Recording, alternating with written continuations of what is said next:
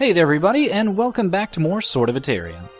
So we've had quite a few successful missions and have saved up a reasonable amount of Etheria, which means we can finally upgrade Feel again, but well, it doesn't mean we'll be maxing out our attack, and yeah, the next level is pretty expensive, but it is a necessary evil, as we'll be seeing in the upcoming level. We're going to need as much strength as we can possibly get.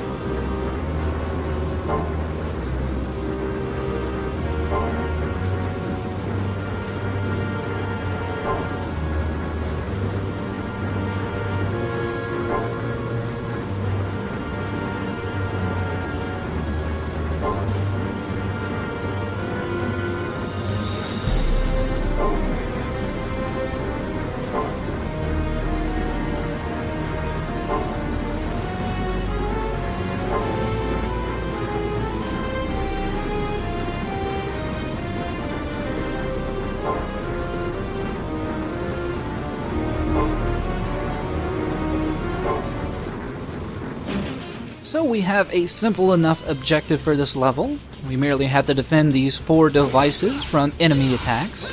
But while it may seem simple in theory, the execution is actually pretty difficult. Now, in the upper right hand corner we have some useful information, such as the health for each one of the devices. And we also have something that says 30 units left alive. Now, while that may seem like a unit is just an individual enemy, instead it's actually referring to an overall squad of enemies. So while it may seem like you only have to deal with 30 enemies, you're more than likely going to have to deal with 100 plus. And this can get pretty hectic pretty quickly. But it's all going to be taking place in this one single room, and as that would be kind of boring to watch just 10 minutes in one room at normal speed, I decided just to speed it up to save a little bit of time. So please enjoy this hard-hitting action, and I'll see you when it's all done.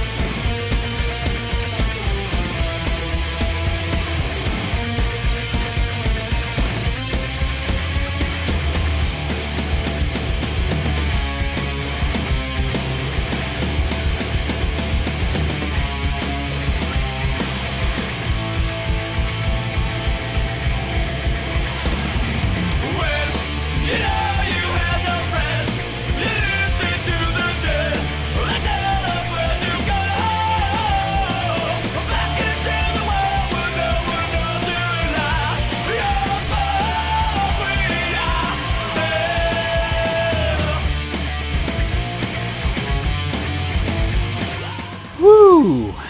That was pretty much how that fight usually goes. I mean, even on my most practiced runs, on normal, no matter what, it always seems like I end up only really being able to save one of the devices, and even on playing easy, I still only managed to save maybe 2 devices. This level is just really, really difficult. I guess you can have some strategy and maybe try to corral the enemies together, but yeah, for the most part, those frogmen just come out in too large numbers to really deal with adequately, and they just whittle down these devices really, really quickly. Also, please excuse my running around the arena a bit blindly here. The collectible is supposed to spawn when you finish, but for some reason it didn't spawn this time around, so I guess I'm just gonna have to continue on and face the boss.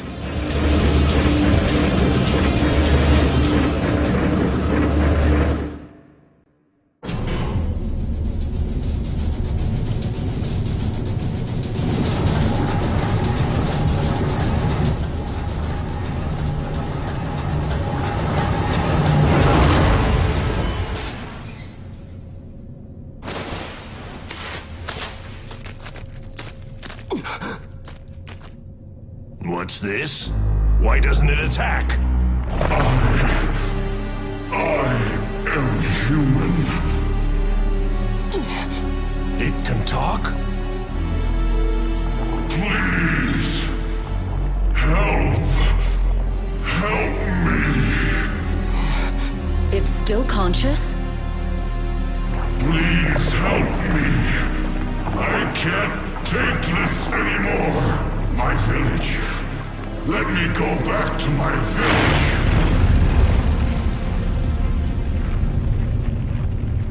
Watch out. It's acting strangely. I can't take it. I can't take this anymore.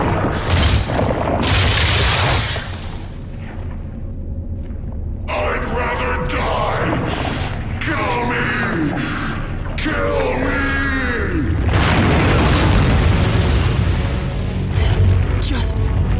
Insane.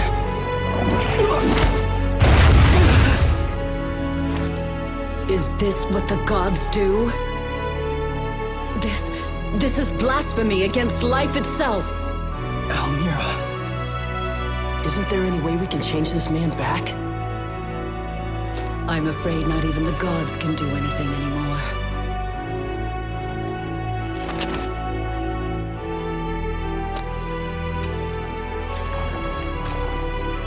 Kill me!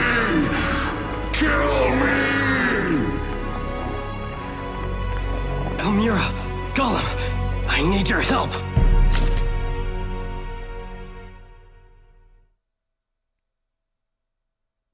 Kill me! Kill me! Take down this one! Right away! Kill me! Right away! Wow, it just keeps coming back to life. I bet that protrusion on its back is the source of its powers! But how are we going to kill it? Right away!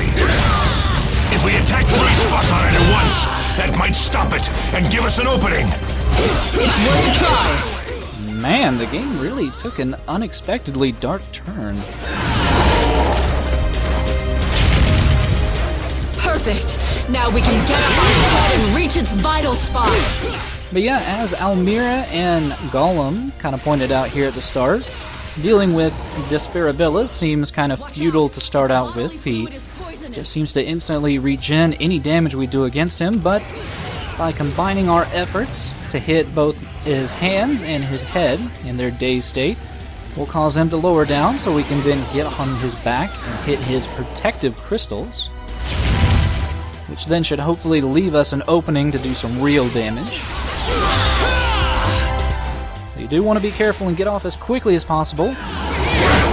Does a pretty damaging knockback.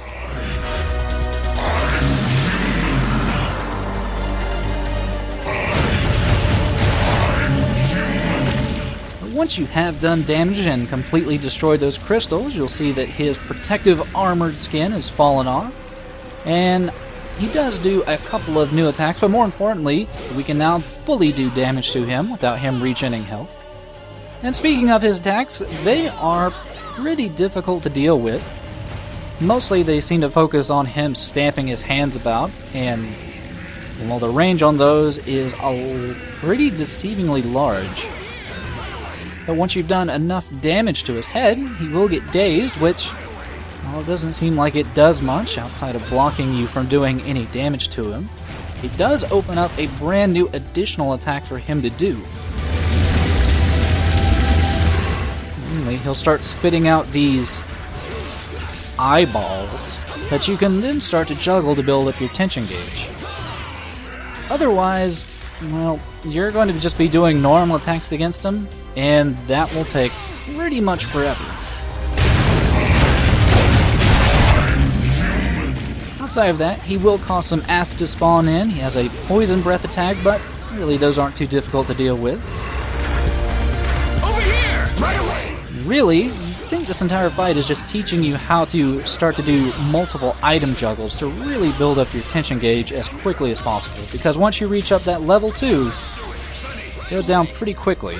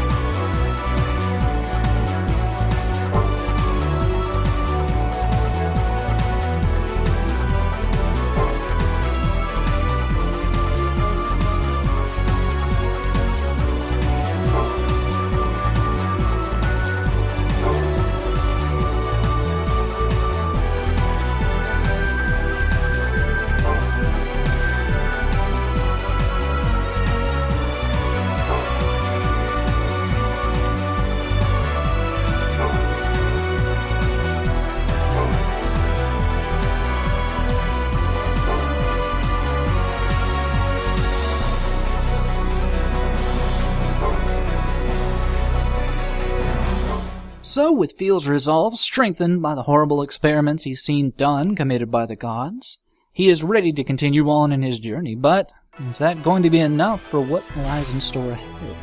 Well, the only way to find out is to tune in next time. See you there.